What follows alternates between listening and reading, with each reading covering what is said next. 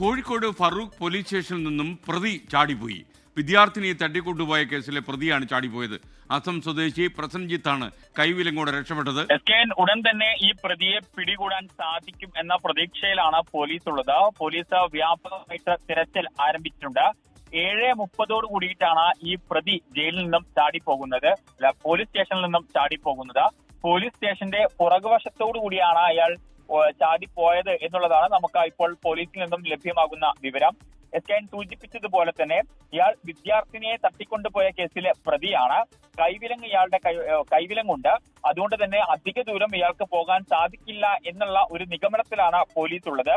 അസം സ്വദേശിയായിട്ടുള്ള പ്രസൻജിത്ത് ആണ് ചാടിപ്പോയിട്ടുള്ളത് എന്നുള്ളതാണ് ഇപ്പോൾ നമുക്ക് ലഭ്യമാകുന്ന വിവരം. പോലീസ് ഇതുമായി ബന്ധപ്പെട്ട് ഇയാൾ പോകാൻ സാധ്യതയുള്ള മേഖലകളൊക്കെ കേന്ദ്രീകരിച്ച അന്വേഷണം ആരംഭിച്ചിട്ടുണ്ട്. വിവിധ ഇടങ്ങളിൽ പോലീസ് പരിശോധനകളും നടത്തുന്നുണ്ട്. അല്പസമയത്തിനകം നമുക്ക് അതിന്റെ ദൃശ്യങ്ങൾ എത്തിക്കാൻ സാധിക്കും, പ്രേക്ഷകരിലേക്ക് എത്തിക്കാൻ സാധിക്കും എന്നാണ് നമ്മൾ പ്രതീക്ഷിക്കുന്നത്.